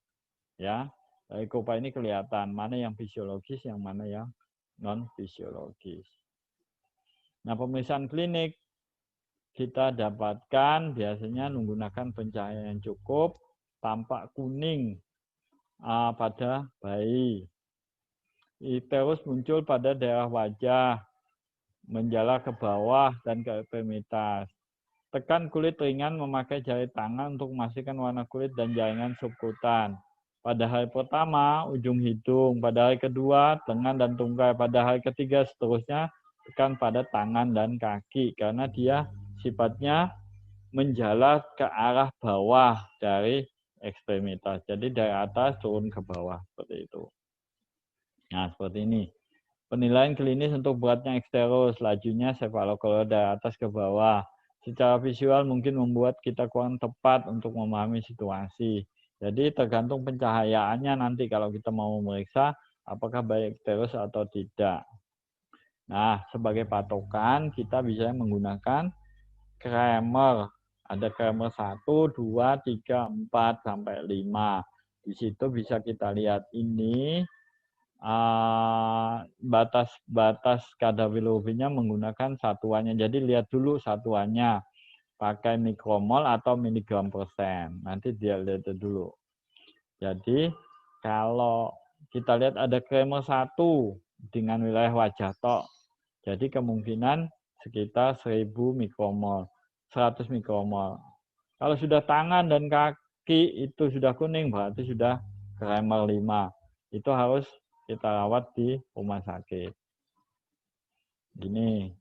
Nah, derajat pembagian Kramernya kalau kita pakaikan bilirubinnya seperti ini.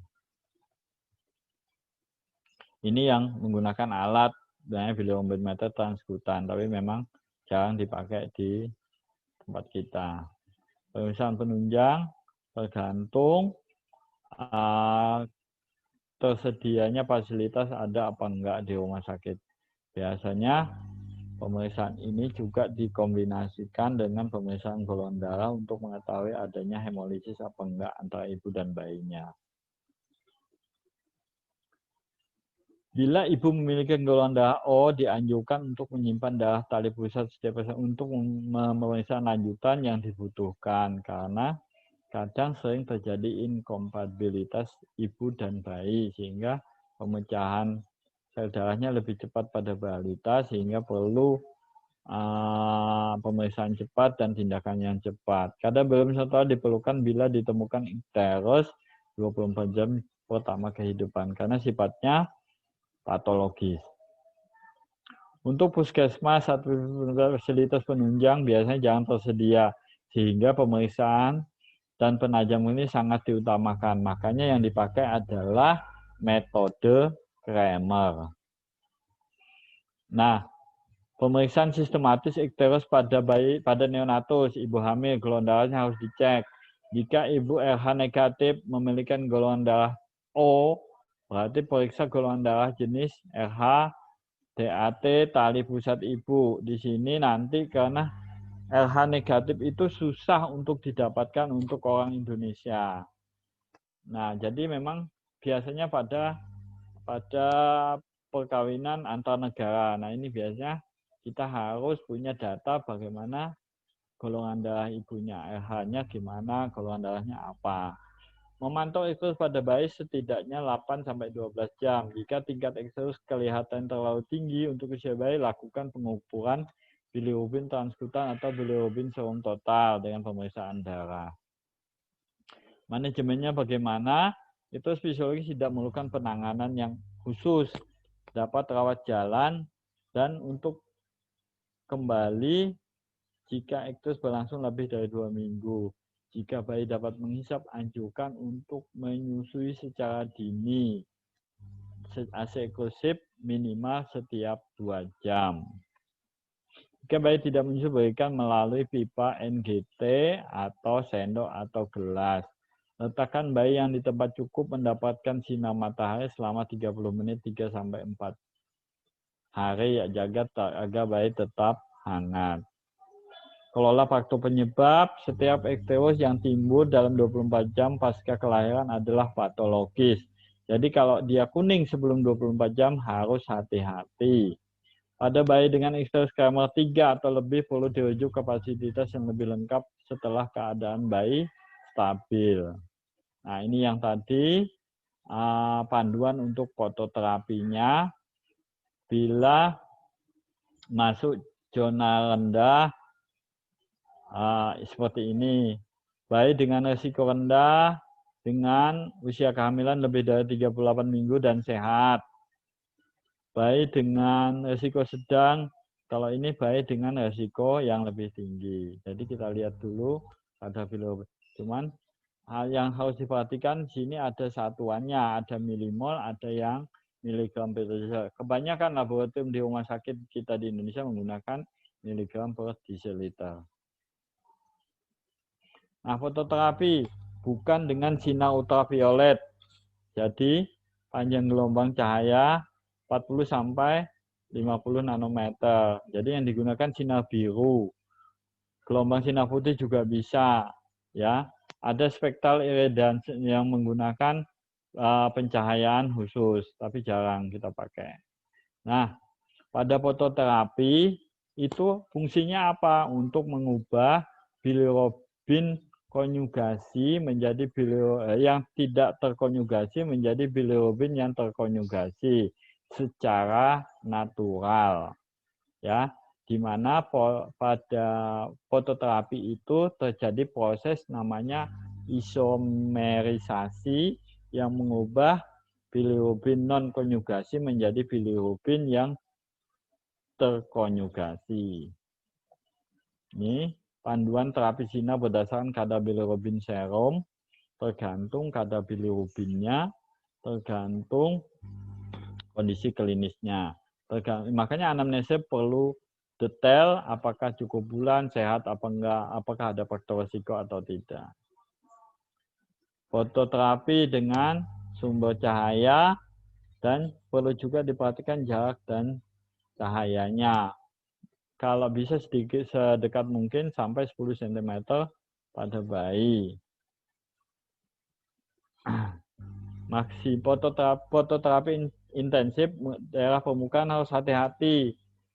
Semua pakaian dilepas kecuali popok dan harus dilakukan penutupan pada mata karena akan mengganggu, fototerapi itu akan mengganggu pada gonad dan penglihatan pada bayi. Nah, komplikasi yang fototerapi adalah pemisahan ibu dan bayi, peningkatan IWL, otomatis terjadi evaporasi yang berlebihan. Terus timbul Bronze baby syndrome, bayinya coklatan seperti tembaga. Itu memang komplikasi, tapi dia akan menghilang dengan sendirinya. Penurunan bilirubin serum yang bagaimana yang diharapkan dengan fototerapi? Dengan fototerapi standar penurunan diharapkan 6-20% pada kadar bilirubin awal pada 24 jam pertama. Kapan fototerapi dihentikan? Bila sudah turun lebih kurang dari 10, diketahui penyebab hipobilirubinnya. Jika fototerapi tidak berhasil, maka dilakukan transfusi tukar. Ini biasanya dikerjakan di rumah sakit tipe A. Ya, transfusi tukar dengan mengganti darah dengan darah yang dari luar 2 kali dari total kebutuhan transfusinya.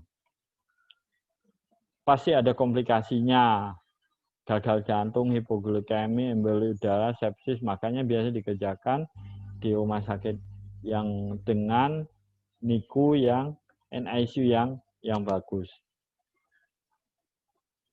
Pemulangan, nasihati ibu mengenai pemberian minuman dan membawa kembali jika menjadi lebih kuning. Gitu aja dulu, terima kasih. Assalamualaikum warahmatullahi wabarakatuh. Kita lanjutkan dengan tanya jawab. Monggo. Oke dok, ini sudah ada pertanyaan masuk dari Febri Kurniawati. Ingin tanya dok, apakah bayi baru lahir yang sering mengeluarkan air liur 2 jam pertama setelah lahir menunjukkan adanya tanda hipoglikemi atau hipotermi? Ya, sebetulnya bukan tanda hipoglikemi atau hipotermi pada bayi lahir. Ketika dia hiperekskresi dari air liurnya. Nah, sebetulnya kalau kita kerjakan IMD dari awal, itu sebetulnya bermanfaat buat bayi. Ketika bayi baru lahir, itu dia akan hiposekresi dari air liurnya. Itu sebetulnya tanda natural, tanda yang natural kalau dia itu ingin mencari puting susu ibunya. Makanya 1-2 jam pertama setelah bayi lahir harus kita lakukan IMD. Kenapa seperti itu? Karena dia akan mengenali puting susu ibunya karena baunya akan menyerupai dengan air ketuban ibunya. Nah, dari situ ketika IMD sudah dikerjakan, akan merangsang refleks isap si bayi. Nah, sebetulnya itu tanda bahwa saya sudah siap untuk menerima air susu ibu. Gitu. Lanjut. Oke dok, terima kasih. Lanjut ke pertanyaan selanjutnya dari Lailatul Mahfiroh. Izin tanya dokter, BBL yang ibunya belum keluar ASI sampai hari kedua postpartum atau post SC sesar sehingga bayi belum menyusu sama sekali, apakah ada resiko terjadi hyperbilirubin karena BBL tersebut? Ya. Mengingat bahwa BBL masih mempunyai cadangan glukosa dalam tubuhnya sampai 24 jam. sampai 48 jam. Ya. Terima kasih, pertanyaannya bagus. Jadi segini, makanya kenapa kita selalu menganjurkan IMD, inisiasi menyusu dini. Memang bayi itu punya cadangan energi 12-24 jam yang bentuk glikogen di tubuhnya. Tapi dia juga butuh cairan. Dok, perlu susu formula enggak? Enggak, jangan pakai susu. IMD dikerjakan dulu. Kalau IMD dikerjakan dulu, kemungkinan untuk keluarnya air susu ibu itu lebih cepat, sehingga bayi lebih cepat juga mendapatkan air susu ibu. Apalagi air susu ibunya yang pertama keluar mengandung kolostrum yang mempunyai zat-zat imunologis, zat pertahanan tubuh yang penting buat bayi. Nah, terus bagaimana dok kalau dia tidak mendapatkan, ASI-nya tidak keluar? Biasanya jangan berikan susu formula, tapi berikan yang lain, umpamanya air gula seperti kita pakai D10, D5. Itu hanya sempatnya sementara untuk mencegah baik tidak terjadi hipoglikemi atau tidak terjadi dehidrasi yang berlebihan. Tetap usahakan dukung ibunya untuk tetap memberikan ASI, karena kondisi ASI itu keluar tidak hanya dipengaruhi kondisi ibu, tapi kondisi fisiologis ibu juga berpengaruh. Kalau ibunya senang, ibunya tenang dengan kelahiran bayinya, maka ASI-nya akan bisa secepatnya akan diproduksi. Ya. Oke dok, terima kasih. Lanjut ke pertanyaan selanjutnya dari Mas Fufa. Dari ahli jenjang S1 kebidanan. Izin bertanya dok, banyaknya bayi yang beresiko untuk terjadi hipoglikemi, apakah perlu setiap bayi dilakukan pemeriksaan GDA walaupun bayinya bugar? Ya, tadi kan di slide saya ada dijelaskan, ada namanya bayi yang beresiko, yang punya resiko tinggi terjadi hipoglikemi. Ya, tidak semua bayi untuk dilakukan pemeriksaan GDA. Tapi coba kalau anamnesisnya bagus, dapat diketahui faktor resikonya, maka bisa di-screening untuk pemeriksaan gula darahnya. Jadi tidak semua bayi diperiksa GDA-nya, tapi hanya bayi-bayi yang beresiko untuk terjadinya hipoglikemi yang kita lakukan pemeriksaan gula darah. Ya. Terima kasih dokter. Masih dari Mas Fufa. Pada bayi yang mengalami ikterus pada minggu pertama kelahiran, biasanya tindakan yang dilakukan menjemur bayi di bawah sinar matahari pagi itu sudah betul atau tidak ya dok? Apakah perlu dijemur di saat jam berapa dan berapa lama? Terima kasih. Ya, terima kasih. Nah, pada prinsipnya fototerapi itu kan sifatnya mengubah bilirubin yang tidak terkonjugasi menjadi bilirubin yang terkonjugasi bersifat natural dengan proses namanya isomerisasi. Tapi perlu diingat bahwa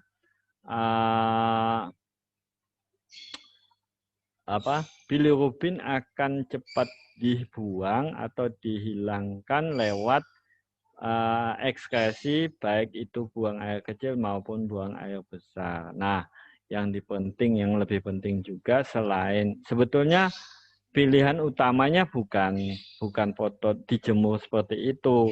Pilihan utamanya adalah pemberian ASI yang baik. Nah, bagaimana?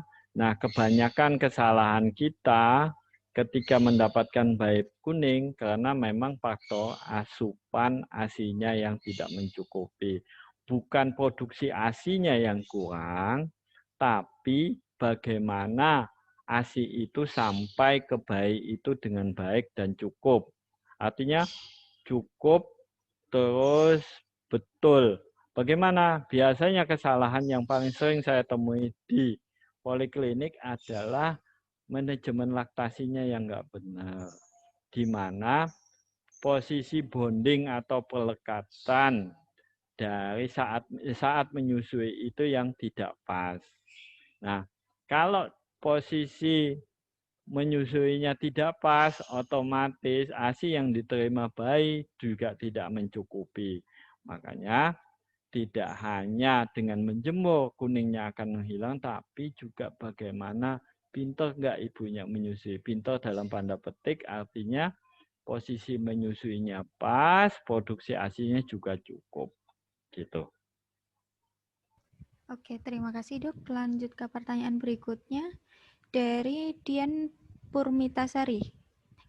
Izin bertanya dok, jam yang direkomendasikan untuk menjemur bayi yang paling bagus di jam berapa nggih? Ya, Apakah ada literatur yang mengatakan akan lebih efektif jika dilakukan di jam 10 siang karena gelombang sinarnya lebih mudah untuk masuk ke kulit? Terima kasih.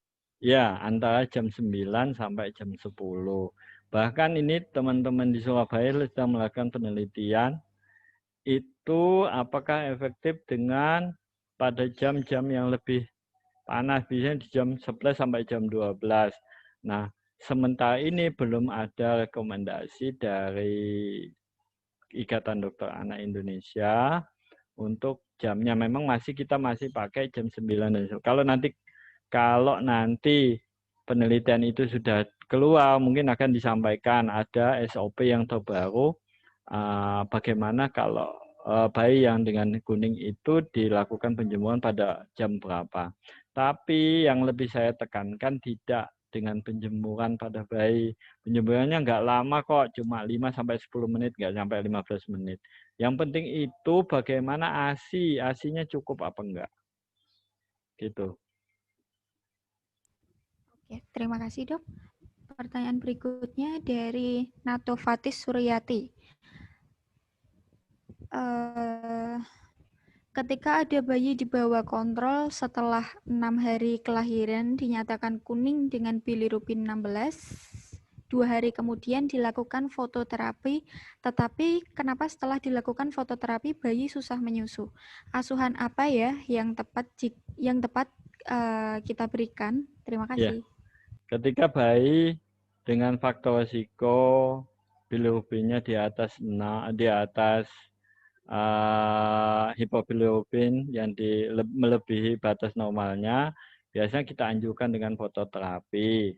Nah, ingat ketika kita melakukan fototerapi pasti ada IWL yang hilang, intrinsic water loss dari tubuh si bayi. Ya, itu harus diperhitungkan. Kalau bayi itu perlu dilakukan infus, kita pasang infus. Tapi kalau bayi itu refleks isapnya bagus, produksi ASI ibunya bagus, maka kita tetap walaupun tidak diampus dapat dilakukan fototerapi dengan pemberian ASI yang maintenance yang rutin. Berarti ibunya harus nungguin bayinya saat fototerapi. Biasanya kita anjurkan setiap 2 sampai 3 jam harus menyusui. Nah, bagaimana dok dia di fototerapi? Ya sudah, saat dia pengen menyusu berarti fototerapinya dimatikan, ibunya menyusui lagi. Nah, setelah selesai kita lanjutkan fototerapi lagi. Begitu. Oke, terima kasih dok. Pertanyaan selanjutnya dari Dian Permitasari. Dokter izin bertanya, bagaimana dengan teori penundaan pemotongan tali pusat yang diharapkan dapat mengurangi resiko anemia pada BPL, namun ada ke arah peningkatan resiko ikterus pada bayi. Terima kasih. Ya, betul pertanyaannya. Kalau kita melakukan penundaan atau namanya delayed clamping, jadi bukan pemotongan tali pusat, kita ngeklaimnya ditunda dulu. Tapi ada syaratnya, delayed clamping itu hanya bisa dilakukan pada bayi yang lahir normal, pada bayi yang tidak berisiko. Misalnya pada bayi yang dilakukan seksio tapi kondisi bayinya diperkirakan bagus-bagus saja, nggak ada masalah, baru kita melakukan delay clamping. Tapi kalau bayinya lahir dengan asfiksia tidak boleh dilakukan delay clamping. Nah, bagaimana dengan faktor resikonya terjadinya ikterus. Kita harus perhitungkan. Ikterus kan ada dua. Ada yang fisiologis, ada yang patologis. Nah, kalau kita paham tentang metabolisme dari bilirubin, kapan bilirubin itu dipecah menjadi bilirubin yang terkonjugasi. Nah, setelah terkonjugasi kapan dibuang? Maka kita bisa memperkirakan. Enggak masalah kalau delay clamping dengan delay clamping dengan terjadinya hiperbilirubin nggak bisa nggak banyak berpengaruh, walaupun memang untuk mengurangi resiko anemia. Umpamanya delay clamping tapi ibunya anemi, ya bayinya tetap juga anemi. Ya, jadi kita bisa delay clamping untuk mencegah ini. Pastikan dulu ibunya anemi apa enggak. Kalau ibunya anemi terus delay clamping, ya tetap aja bayinya anemi. Tapi biasanya kabar ibu-ibu anemi itu ada kompensasi di awal, bayinya masih hemoglobinnya masih bagus. Nah, setelah beberapa saat setelah pemecahan bilirubin dia terjadi anemi. Tuh. Jadi nggak ada masalah dengan delay clamping untuk mengurangi gejala resiko anemi dengan terjadinya ikterus. Selagi itu fisiologis ya nggak masalah. Seperti itu ya. Lanjut. Oke, lanjut ke pertanyaan berikutnya dari Mas Lihah AJ. Ya, lanjut ke pertanyaan berikutnya dari Elis Yuli Astuti. Izin bertanya, Dok. Jenengan tadi menjelaskan untuk pemberian susu formula rentan terjadi alergi, sehingga bisa digantikan pemberian D5 atau D10. Itu kita di BPM bolehkah memberikan dengan cara seperti apa dan berapa cc? Ya, 2 hari di awal ketika ibu melahirkan itu kadang produksi ASI-nya belum ada. Nah, sehingga orang tua khawatir jangan-jangan nanti dia kehausan. Apakah terjadi hipoglikemi? Kalau kita lihat teorinya, hipoglikemi nggak mungkin terjadi. Kecuali memang ada faktor risikonya pada si bayi. Nah, yang jadi problem, kalau dia kehausan gimana dok? Makanya salah satu anjuran adalah kita menggunakan D5 atau D10. Biasanya pakai D5 karena kalau D10 sangat hipotonis, makanya kita pakai yang D10 aja. Biasanya itu kita berikan menggunakan pipet, atau kalau dulu saya waktu PPDS itu pakai sloki kecil. Bayi diposisikan di sama perawatnya posisi setengah duduk, terus gelas lokinya itu didekatkan ke mulutnya. Dia secara refleks akan mengeluarkan lidahnya untuk mengecap. Nah, itu kan sifatnya sementara untuk mengurangi, mencegah terjadinya dehidrasi pada anak. Kalau hipoglikemi jarang terjadi kecuali pada bayi yang berisiko. Nah, biasanya kalau nggak pakai sloki seperti itu, biasanya kita pakai menggunakan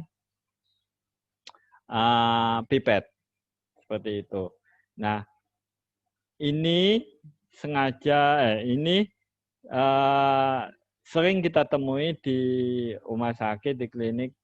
Belum apa-apa, bayinya sudah dikasih susu formula dulu. Padahal kalau kita menunggu dengan sabar, kita kerjakan sesuai dengan perintah advis dokternya, ASI-nya pasti akan keluar dengan maksimal, dengan optimal. Nah, kenapa saya selalu menekankan tidak menggunakan susu formula? Karena tadi dari awal saya sudah bilang, ketika bayi baru lahir itu diberikan susu formula, maka tubuhnya akan disensitisasi dengan kandungan yang ada di susu formula. Walaupun dia tidak mempunyai riwayat alergi susu sapi, otomatis tubuhnya akan mengeluarkan zat-zat yang mengetahui bahwa ini ada susu sapi yang bisa menyebabkan timbulnya alergi. Gitu. Oke, dokter, terima kasih. Dari Lailatul Mahfiroh, masalah terbesar di lapangan itu kecemasan yang berlebih dari ibu dan keluarga, Dok. Dan jujur kita sebagai pelaksana kesulitan menghadapi kengayalan keluarga karena biasanya ketika visit SPA mereka iya-iya dan manut aja. Tapi Ya, pada kenyataannya mereka selalu cemas ketika ASI ibu belum keluar. Mungkin ada solusi dari SPA gimana, Dok? iya. Jadi gini, Silahkan. ketika Ya. kecemasan, yang penting tuh KIE ke orang tuanya sudah diajarin sama dokternya, nggak ada masalah Bu. Tetap aja namanya orang tua pastikan cemas. Tapi perhatikan, ketika kecemasan itu muncul ya ke orang tua, pasti akan berpengaruh ke produksi ASI. Itu yang pertama. Terus yang perlu diperhatikan, sampaikan ke orang tua bahwa bayi itu tidak mungkin mengalami hipoglikemi di awal-awal kehidupannya karena dia punya cadangan energi. Nah, kalau dulu saya di ketika pendidikan karena itu di rumah sakit, biasanya kan rawat gabung kan. Nah, saat dimandikan itu, kalau memang produksi ASINya ibunya tidak mencukupi atau belum keluar, makanya diambil alih gunakan D5 itu untuk mensupport sementara bayinya. Jadi ketika selesai dimandikan bayinya. Gitu. Terima kasih Bu, teman-teman sekalian. Mungkin minggu depan bisa kita ketemu lagi. Sebelumnya saya akhiri dengan Assalamualaikum warahmatullahi wabarakatuh. Waalaikumsalam warahmatullahi wabarakatuh.